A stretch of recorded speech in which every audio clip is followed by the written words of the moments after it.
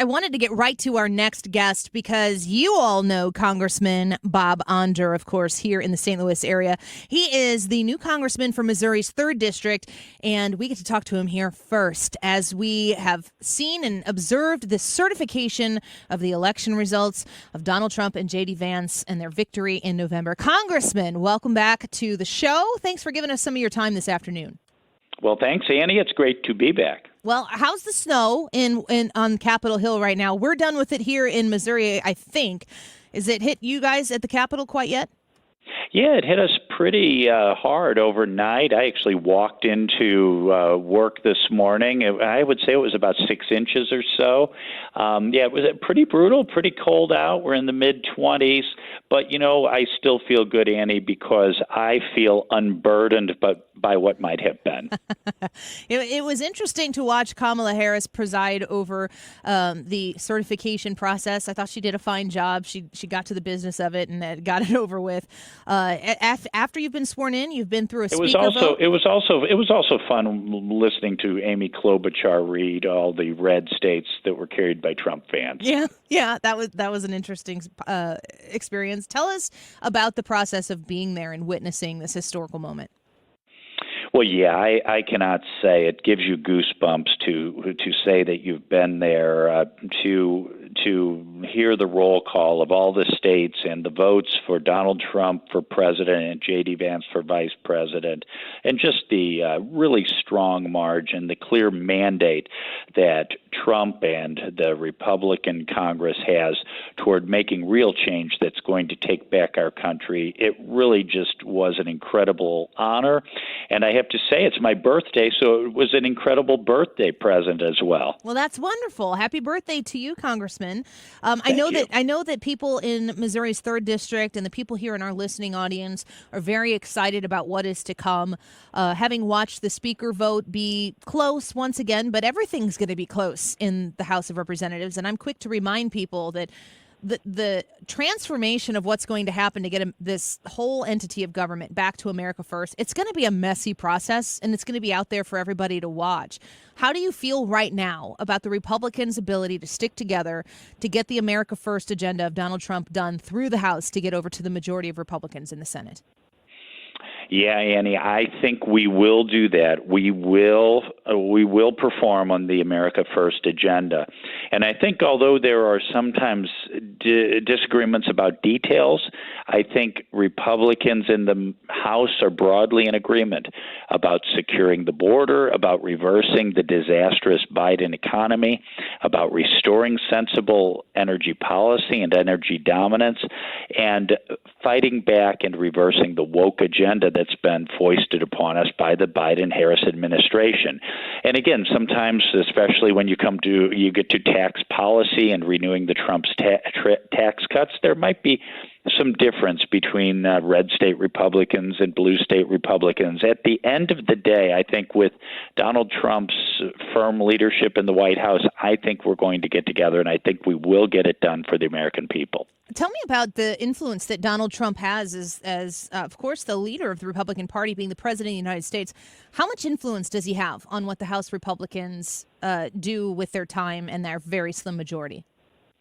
Yeah, I think it's a huge influence. The things I listed, the border, the Biden economy, the energy policy, the fighting the woke agenda, I think those things are way at the top of our list because they're way on the top of President Trump's list. And they're what Donald Trump ran on. And really, it's not just that we're blindly following Donald Trump. It's what we all ran on. It's what I ran on both in my primary in August and my general election in November. So I think Donald Trump will have a huge influence. But at the same time, I think we know that Donald Trump many times is a big picture guy, and I think he will leave it up to us to hammer out a lot of the details. And I'm confident, though, with Donald Trump's leadership, sometimes his cajoling, we will get it done, despite the very narrowly divided Republican majority in Congress. But and at times, who knows? We may even get a Democrat or two voting with us. Tomorrow we will be taking a vote on the Laken Riley Act to stand for the premise that illegal aliens ought to be detained by ICE and deported after Lake and Riley, who of course was murdered by an illegal alien. I'd be curious to see how many Democrats vote with us on that. I would hope all of them, but I think we will. I think we will get it done despite our narrow majority. We're speaking with Congressman Bob Onder, Missouri's 3rd District representative. So as a newly sworn-in congressman, who are you leaning on, or how are you doing coming into this position, navigating what I have to think would be a steep learning curve, but you're definitely up to the task. How are you finding your way around Capitol Hill? Yeah. Well, I benefit quite a bit from my time in the Missouri Senate, so I understand the legislative process. But who am I leaning on? Who's the help? Well, I think, first of all, my staff has been phenomenal. They all have, most of them have some experience on the Hill, experience in policy, experience in communications, working for other good Republicans. The leadership staff has been very helpful. Many of my colleagues from Missouri have been very helpful. Congressman Jason Smith, Congressman Eric Burleson, Congressman Mark Alford have all been really good friends of mine and have been very helpful. So a lot of people, but they talk about it drinking, about it being drinking through a fire hose. I've drank from a few fire hoses before in my medical training and in my previous elections, my previous legislative service. But no, I've been very blessed to be working with some really good people. What areas of focus will you have on Capitol Hill, of course, representing the people of Missouri's 3rd districts, but committee assignments, other opportunities that you'll have to serve in more specific areas? Yeah, well, of course, that part of that starts with my committee assignments. I will be serving under Congressman Jim Jordan in the Judiciary Committee. There, I hope to work on border security. I hope to work to push back on the unconstitutional abridgments of our freedoms by the Biden administration, by the weaponization, against the weaponization of government.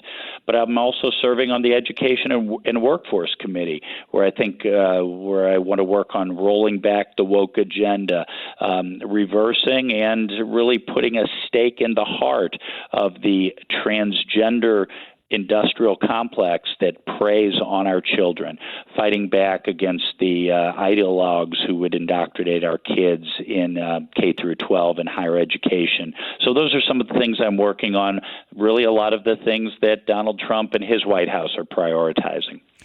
Congressman Onder, when it comes to your ability to work with the likes of Doge, Elon Musk, Vivek Ramaswamy, a lot of people are asking about two things that go hand in hand when it comes specifically to the House of Representatives, that power of the purse. There's a lot of talk about cutting government, shrinking government, but also there's talks about making those permanent tax cuts, the Trump tax cuts, make them be permanent. People are wondering what is going to get cut, how we're going to continue to fund what we have. What do you think that the table is set for in 2025 and beyond with this reformative way of governing from the House? Yeah, well, I'll first say that the Donald Trump tax cuts, the 2017 Tax Cut and Jobs Act, absolutely has to be renewed and I believe should be made permanent. Otherwise, every American family will take a $1,400 tax hike, a $1,400 hit on their finances. But also, every small business in the country will see a steep tax hike. The death tax will increase. And I would say, too, that tax cuts do not necessarily result in a decline in revenue. In fact, we need pro-growth economic policies that will help us grow out of this horrific deficit and horrific debt that we're in right now. But yeah, I'm very encouraged by the work of Doge. I agree with Elon Musk that we could let 40% of federal employees go without hardly missing it. Now, it's a little difficult sometimes because you're working under union contracts and the merit system and all of that sort of thing. But yes, we need to look for every place we can to cut waste and fraud and abuse, but also resist expanding entitlement states. One of the worst things Obamacare did was to dramatically expand the Medicaid rolls, and then Biden came along and further expanded Medicaid rolls. They made it such that Missouri could not even check eligibility and throw people off who, let's say, came into a large pay raise or even won the lottery.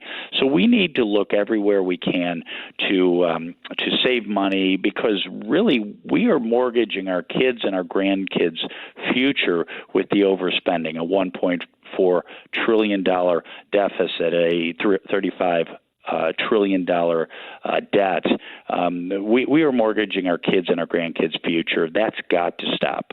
I completely agree with that, and clear focus on that now before it gets too incredibly difficult. With such a slim majority of those Republicans in the House, if something looks to get cut and it hurts a particular district more than another, it might be difficult to see an agreement be reached. Do you feel like you'll get any Democrat participation in cutting some of these agencies and this spending as you go through the process? That's tough. Any Democrats like to spend money, and they don't. It seems the only place that the Democrats ever are willing to cut is defense. But believe me, there's fat in the defense budget too. Yeah. I think a lot of it is going to have to come from Republican leadership. I don't think we saw with ARPA, with the very misnamed Inflation Reduction Act, that most Democrats have no interest in containing spending at all. Well, we appreciate your time. We hope you'll come back and keep us updated, because there's going to, of course, be so much news to cover here as that drinking through a fire hose continues for all of us in this new America First way of doing government. And we're grateful for your time today, Congressman. Thank you for being with us. Well, it's a bright day. It's morning in America. And yes, I look forward to being back, Annie. Thank you. Of course. We'll talk to you again soon. Congressman Bob Onder, Missouri's 3rd District Congressman.